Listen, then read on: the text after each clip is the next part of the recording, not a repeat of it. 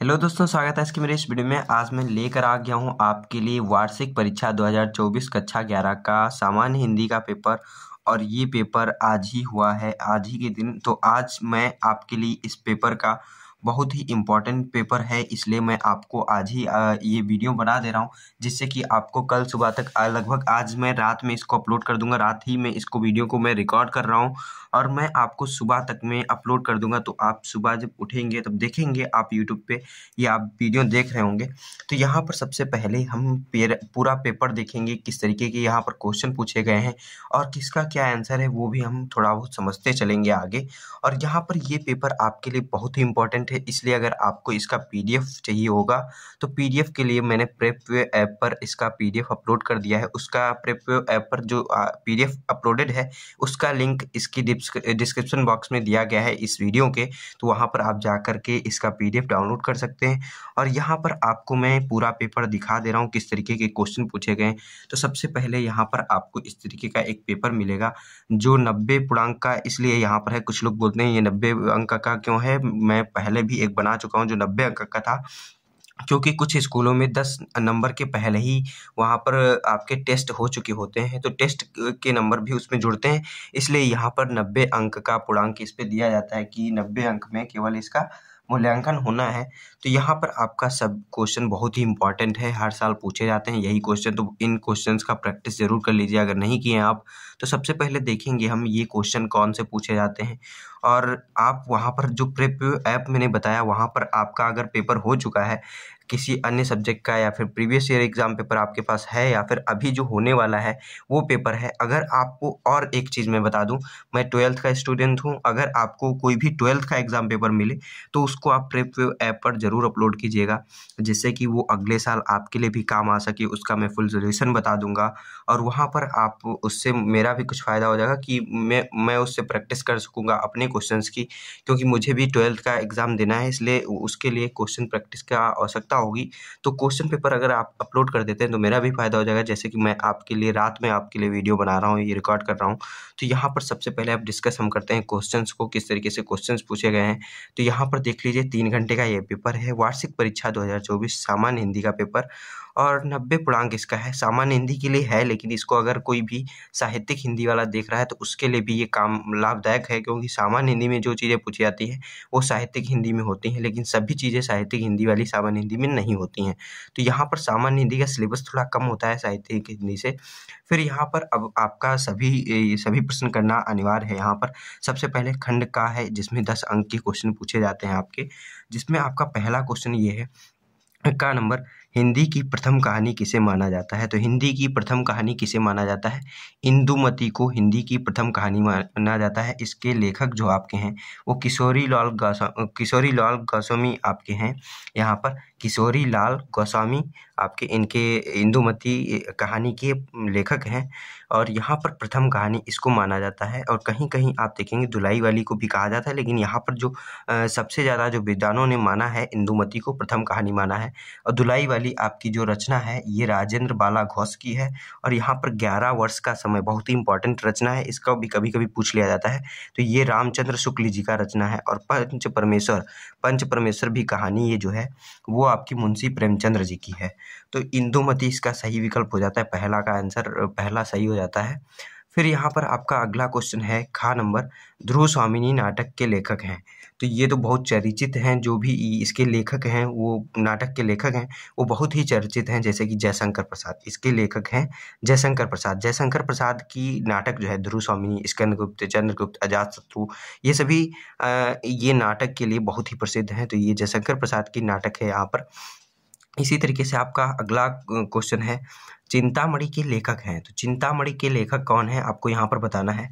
चिंतामणि निबंध है, इसके लेखक यहाँ पर आपके आचार्य रामचंद्र शुक्ल है। साथ लिखा है, ये शुक्ल होगा, ठीक है।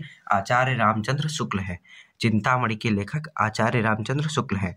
फिर अगर आपको वीडियो अच्छा लग रहा है तो वीडियो को लाइक कर दीजिए और चैनल को सब्सक्राइब कर लीजिए। इसी तरीके से आपको वीडियो इस प्रेपव्यू चैनल पर मिलते रहते हैं। और प्रेपव्यू ऐप पर सभी ये इम्पोर्टेंट नोट्स और यहाँ पर पेपर पेपर के सॉल्यूशन सहित आपको PDF वहाँ पर मिलते हैं। तो चैनल को सब्सक्राइब कर लीजिए और वीडियो को अधिक से अधिक अपने दोस्तों में शेयर कीजिए। तो फिर यहाँ पर आपका अगला क्वेश्चन इसी तरीके से पूछा गया है, तार सप्तक के संपादक हैं। तो ये भी बहुत इंपॉर्टेंट है आपका, ये 12th के लिए ये सभी क्वेश्चन भी इंपॉर्टेंट है। इसी तरीके से आपको मैं 12th के लिए भी जानकारी दे दूं कि ये सभी जो क्वेश्चन हैं ये केवल 11th के लिए नहीं महत्वपूर्ण है, ये 12th में भी इसी तरीके से पूछे जाते हैं और यही रचनाएं, यही लेखकों के नाम आपको 12th में भी पूछा जाता है।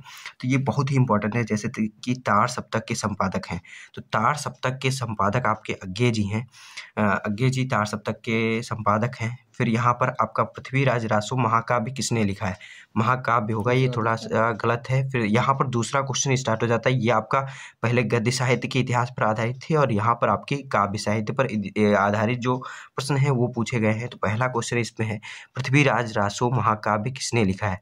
तो पृथ्वीराज रासो जो है आपकी वीर गाथा काल यानी कि आदिकाल में लिखी जाने वाली रचना है।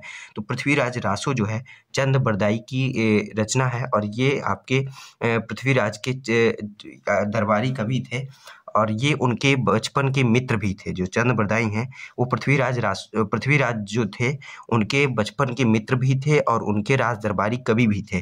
तो ये जो पृथ्वीराज रासो महाकाव्य है वो इन्होंने ही लिखा है, चंद बरदाई जी ने। फिर इसी तरह से आपका अगला क्वेश्चन यहाँ पर पूछा गया है, ख नंबर, हिंदी खड़ी बोली का प्रथम महाकाव्य कौन सा है? तो हिंदी खड़ी बोली का प्रथम महाकाव्य जो खड़ी बोली का आपका देखिए यहाँ पर पूछा था, हिंदी का महाकाव्य प्रथम महाकाव्य कौन है, किसने लिखा है, मतलब कि एक होता है प्रथम महाकाव्य। तो प्रथम महाकाव्य आपका यही पृथ्वीराज रासो हो जाता है, चंद बरदाई जी का। लेकिन आपका अगर खड़ी बोली में पूछता है तो प्रिप्रवास, आपका प्रिप्रवास ये राइट आंसर हो जाता है। इसके लेखक हैं अयोध्या सिंह उपाध्याय हरिओध। और यहाँ पर रचनाएं लिखी हैं कामायनी जयशंकर प्रसाद जी की है। और फिर इसी तरीके से यहाँ पर पद्मावत जायसी की है और पृथ्वीराज रासो तो चंद बरदाई की है, यहाँ पर आप देख ही सकते हैं। फिर यहाँ पर आपका ग नंबर क्वेश्चन है, सूरसागर के रचनाकार हैं। सूरसागर के सूरदास जी रचनाकार हैं। सूरसागर के सूरसरावली, इसी तरीके से इनकी अन्य रचनाएं हैं। साहित्य लहरी भी इन्हीं की अलग रचना है दूसरी। फिर हिंदी साहित्य के इतिहास में किस काल को स्वर्ण युग कहा जाता है? तो आपका जो हिंदी साहित्य में भक्ति काल है उसको हम क्या कहते हैं, स्वर्ण युग से भी जानते हैं, स्वर्ण काल नाम से भी जानते हैं। तो यहाँ पर भक्ति काल राइट आंसर हो जाएगा। आदिकाल को वीरगाथा काल, बीज वपन काल और भी अन्य नामों से जाना जाता है, जैसे रीतिकाल को श्रृंगार काल भी कहते हैं, आधुनिक काल को वर्तमान काल भी कहते हैं। फिर इसी तरीके से आपका अंगा नंबर क्वेश्चन है, निम्नलिखित में से छायावादी युग के कवि हैं। तो निम्नलिखित में से छायावादी युग के बहुत ही चर्चित, जैसे कि जयशंकर प्रसाद आपके यही हैं छायावादी युग के कवि। और रामधारी सिंह दिनकर जो हैं वो प्रगतिवादी कवि हैं। कबीरदास तो आप जानते ही हैं कि भक्ति काल के कवि हैं। अब हम बढ़ते हैं अपने अगले क्वेश्चन की तरफ। तो आपका अगला क्वेश्चन अगले पेज पे है, जैसे कि यहाँ पर लिखा है PTO यानी पेज टर्न ओवर। आपको PTO करके देख लेते हैं। अगला क्वेश्चन यहाँ पर पूछा गया है, तीसरा क्वेश्चन, ये आपके हिंदी गद्य खंड पर आधारित जो आपके सिलेबस में आपके चैप्टर दिए गए हैं, अध्याय दिए गए हैं, उन पर आधारित प्रश्न पूछे जाते हैं। जैसे कि यहाँ पर एक गद्य खंड दे दिया गया है, आचरण की सभ्यता। यहाँ पर आपको इसका पूरे 5 प्रश्न इसमें पूछे जाते हैं और ये भी 10 नंबर का क्वेश्चन होता है। तो इस तरीके से ये आप क्वेश्चन देख लीजिए, इसका फुल सॉल्यूशन आप पूरा अपने से कर लीजिएगा। अगर नहीं कर पाते हैं तो कमेंट जरूर कीजिएगा, उसके लिए मैं जल्द से जल्द आपके फुल सॉल्यूशन वीडियो का भी इंतजाम करूंगा और इसका फुल सॉल्यूशन वीडियो का PDF ऐप पर पहुंचा दूंगा। तो यहाँ पर आपका फिर इसी तरीके से आपका अगला क्वेश्चन आता है, इसमें अथवा में भी आता है एक, जो आपका इसी गद्य खंड से आधारित होता है। फिर यहाँ पर काव्य खंड से आधारित ये अगला प्रश्न होता है। तो इस तरीके से आप देख लीजिए और बहुत ही इंपॉर्टेंट ये सभी क्वेश्चन हैं। ये अधिकतर आपके हमेशा पूछे जाते हैं 11th के वार्षिक परीक्षा में, इसलिए मैं लेकर आ गया हूँ। इसी तरीके से मैंने पिछले भी कई वीडियो में दिखा चुका हूँ कि आपके किस तरीके से क्वेश्चन पूछे जाते हैं 11th में। और यहाँ पर आपका ये क्वेश्चन देख लीजिए। फिर इसके आगे यहाँ पर 5वां क्वेश्चन आता है, निम्नलिखित लेखकों में से किसी एक का साहित्यिक परिचय देते हुए उनकी कृतियों का पर प्रकाश डालिए। जैसे यहाँ पर परिचय थोड़ा गलत लिखा है, परिचय ऐसे ही कई जगह इस पेपर में मिस्टेक है, लेकिन उसको आप नज़रअंदाज करते हुए आराम से उसको पढ़िएगा और समझने की कोशिश कीजिएगा क्या लिखा होना चाहिए वहाँ पर, क्योंकि टाइपिंग मिस्टेक होता है कहीं कहीं। और यहाँ पर देखिएगा, आप निम्नलिखित लेखकों में से किसी एक का साहित्यिक परिचय देते हुए उनकी कृतियों पर प्रकाश डालना है, यानी उसका साहित्यिक परिचय लिखना है और उनकी कृतियाँ क्या हैं उनको भी आपको लिखना है। तो भारतेंदु हरिश्चंद्र बहुत ही इंपॉर्टेंट है, सरदार पूर्ण सिंह, महावीर प्रसाद द्विवेदी, ये तीनों आप याद कर लीजिए अच्छे से। और इन्हीं में से कोई ना कोई आपका हमेशा पूछा ही जाता है, जो आपके बोर्ड एग्जाम में, मतलब कि ये आपका जो ये है वार्षिक परीक्षा, उसमें आपका पूछ ही लिया जाएगा कोई ना कोई। फिर इसी तरीके से आपके काव्य खंड पर भी आधारित 3-4 कवि आ जाते हैं, उनमें से भी आपको लिख देना रहता है कोई ना कोई। तो निम्नलिखित कवियों में से किसी एक का साहित्यिक परिचय देते हुए उनकी कृतियों पर प्रकाश डालना है, जैसे कि कबीरदास, तुलसीदास, सूरदास, बिहारी। तो ये बहुत ही इंपॉर्टेंट हैं, इनका हमेशा ये आपका सूरदास, तुलसीदास और यहाँ पर महावीर प्रसाद द्विवेदी, संपूर्णानंद, ये सभी बहुत ही इंपॉर्टेंट हैं लेखक, और इनके जीवन परिचय हमेशा पूछे जाते हैं। आपका फिर अगला क्वेश्चन है 6वां नंबर, बलिदान अथवा आकाशदीप कहानी का सारांश लिखिए। बलिदान और या फिर बलिदान लिखिए या फिर आकाशदीप कहानी का आपको सारांश लिखना है। बहुत ही इंपॉर्टेंट क्वेश्चन है, अधिकतर पूछा जाता है। और बलिदान कहानी बहुत ही प्यारी कहानी है प्रेमचंद्र जी की, तो इसका अच्छे से आप पढ़ लीजिए, आसानी से आपको इस कहानी का आपको सारांश पता चल जाएगा क्या लिखना है। आन का मान नाटक के आधार पर वीर दुर्गादास का चरित्र चित्रण कीजिए, ये भी बहुत बढ़िया कहानी है। फिर आपका इसी तरीके से संस्कृत के गद्य खंड से आधारित आपका प्रश्न आ जाता है, जिस पर कि एक आपको संस्कृत का गद्य खंड दे दिया गया है, इसका आपको संदर्भ सहित अनुवाद करना है। इसका सबसे पहले संदर्भ लिख देना है, जिसमें कि इसका पाठ का नाम रहेगा, और यहाँ पर फिर आपको इसका अनुवाद लिखना है। अनुवाद के लिए अगर आपको अनुवाद करना नहीं आता है और आसानी से आपको नहीं मिल पा रहा है कि क्या होगा इसका अनुवाद, तो इसको आप गूगल लेंस से इसको सिलेक्ट कीजिएगा और गूगल लेंस पे संस्कृत टू ट्रांसलेट कर देना है आपको हिंदी में, तो इसका आपको हिंदी अनुवाद आराम से प्राप्त हो जाएगा। फिर इसी तरीके से आपका ये आपका इसी में अथवा में दे देता है कि आपको ये नहीं आता है तो आप ये कर सकते हैं, जो आपको इनमें से अच्छे से आता है वही आपको करना होता है। फिर यहाँ पर आपका ख नंबर क्वेश्चन है, इसी तरीके से ये आपके काव्य खंड पर है, संदर्भ सहित इसमें भी अनुवाद लिखना है। फिर आपका इसी तरीके से आगे के क्वेश्चन है, मैं दिखा दे रहा हूँ किस तरीके से आपके आगे के क्वेश्चन पूछे गए हैं। तो आगे का क्वेश्चन यहाँ पर मैं अगले पेज पे दिखा रहा हूँ। यहाँ पर देखिए, ये आपका वही पहले तो संस्कृत के काव्य खंड पर आधारित ये प्रश्न है। फिर आपका 9वां क्वेश्चन है, जिसमें कि निम्नलिखित मुहावरों और लोकोक्तियों में से किसी एक का अर्थ लिखते हुए उसका वाक्य प्रयोग करना है। जैसे कि अंधे की लाठी होना, एकमात्र सहारा होना, ये हो जाता है। आँख का तारा होना यानी अत्यंत प्रिय होना, तो इसमें इसका वाक्य का प्रयोग भी करना होता है, जैसे कि राहुल अपनी माँ का आँख का तारा है, इस तरीके से आपको प्रयोग करना होता है।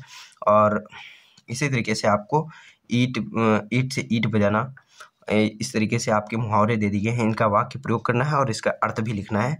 फिर यहाँ पर आपको निम्नलिखित शब्दों में संधि विच्छेद के सही विकल्प का चयन करके लिखना है। तो जैसे कि हिमालय का संधि विच्छेद क्या हो जाएगा, हिमधन आलय, इस तरीके से आपका हिमालय का संधि विच्छेद हो जाएगा। फिर आपका यहाँ पर अगला क्वेश्चन पूछा गया है, विद्यार्थी का संधि विच्छेद है विद्याधन अर्थी, ये वाला इसका सही हो जाएगा। फिर आपका अगला क्वेश्चन है, यहाँ पर भानुदया का संधि विच्छेद है, तो भानुधन उदया, ये वाला आपका सही विकल्प हो जाता है। फिर यहाँ पर आपका अगला क्वेश्चन इसी तरीके से पूछा गया है।